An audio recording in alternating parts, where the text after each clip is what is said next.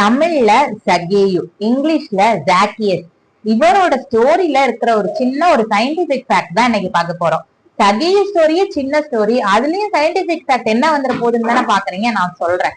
சகேயுன்ற ஸ்டோரியில சகேயு என்ற குள்ள மனிதர் காட்டாத்தி மரத்து மேல ஏறி உட்கார்ந்தாரு அப்படின்னு இருக்கும். இப்ப நம்ம ஊர் சைடுல இருக்க மரம் எல்லாம் பாத்தீங்கன்னா, ஐ மீன் நம்ம ஊர் சைடுல இருக்க அத்தி மரம், சிட்ரி இதெல்லாம் பாத்தீங்கன்னா நல்ல உயரமா இருக்கும். ஆனா சகேயு ஏறின மரம் வந்து காட்டாத்தி மரம். அது வந்து ஒரு வகையான அத்தி மரம் தான்.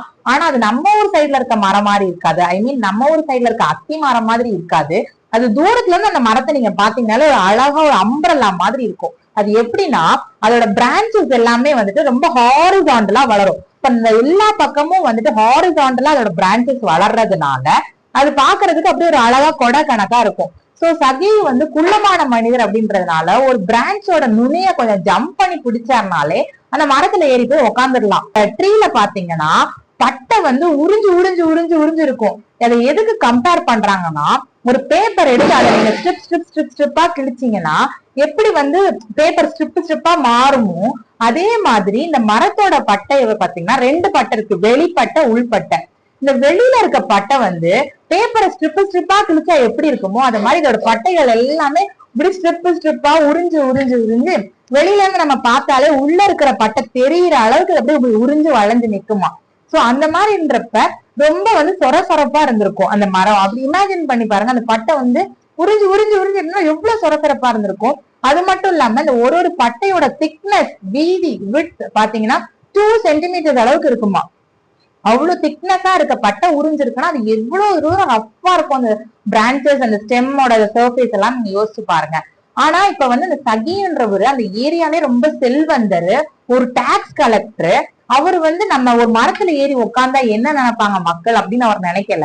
ஆனா வந்து அவர் மரத்துல ஏறின மரம் பாத்தீங்கன்னா ரொம்ப சொரசொரப்பான மரம். அந்த மரத்துல சொரசொரப்பான மரத்துல ஏறி உள்ள டிராவல் பண்ணி ஒரு பிரான்ச்சோட நுனியில பிடிச்சி ஏறி உள்ள போய் உட்கார்ந்துருக்காரு. எப்படி கொஞ்சமாவது ஏறின உடனே உட்காந்துருப்பாங்களா, ஏறி கொஞ்ச தூரம் நகண்டு லொகேஷன் எல்லாம் கரெக்டா இருக்கா, இந்த இடத்துல இருந்து பார்த்தா ஜீசஸ் தெரியுமா அப்படின்னு பார்த்துதான் உட்காந்துருப்பாங்க. அப்படி அவர் உட்கார்ந்து இருக்கிறப்ப அந்த மரத்துல டிராவல் பண்ணி அந்த பிரான்ச்ல டிராவல் பண்ணி போறது ரொம்பவே கஷ்டமா இருந்திருக்கும். ஆனா நான் ஒண்ணு சொல்றேன் பாருங்க, இந்த சகியுன்ற மனுஷன் வந்துட்டு அந்த ஸ்டெம் வந்து சொரசொரப்பா இருக்கு, நம்ம ஒரு செல்வந்தர், நம்ம ஒரு டாக்ஸ் கலெக்டர், நம்ம போய் இப்படி இந்த மரத்துல ஏறி இவ்வளவு கஷ்டமா இருக்கிற அந்த மரத்துல ஏறி இப்படி உட்கார்ந்தா ஆட்கள் என்ன நினைப்பாங்க அப்படின்றது அவர் எதையுமே நினைச்சு பார்க்கல. அவரோட ஃபுல் போக்கஸ் வந்து நான் ஜீசஸ பாக்கணும் அப்படின்னு தான் இருந்துச்சு. ஒருவேளை அந்த பிரான்ச் சொரசொரப்பா இருக்கிறது அவருக்கு ஒரு சிரமமா இல்ல ஒரு தடங்களா, அவர் அதை பத்தி ஏதாவது நெகட்டிவா நினைச்சிருந்தாருன்னா கண்டிப்பா அதுல பைபிள்ல மென்ஷன் ஆகிருக்கும். ஆனா அது பைபிள்ல மென்ஷனே ஆகல. அப்படின்றப்ப என்னன்னா அவர் ஜீசஸ பார்க்கணும்னு ஆசைப்பட்டது மட்டும் இல்லாம அதுக்கு நடுவுல என்ன தடங்கள் வந்தாலும் வந்துட்டு யாரும் இப்படி பாப்பாங்க அப்படின்றது எதுவுமே அவர் பொருட்படுத்தாம ஃபுல் போக்கஸா இருந்தாரு. கண்டிப்பா அந்த ஃபுல் போக்கஸா அவர் இருந்தாரு பாத்தீங்கன்னா அது ஜீசஸ ரொம்பவே அட்ராக்ட் பண்ணிருக்கும்.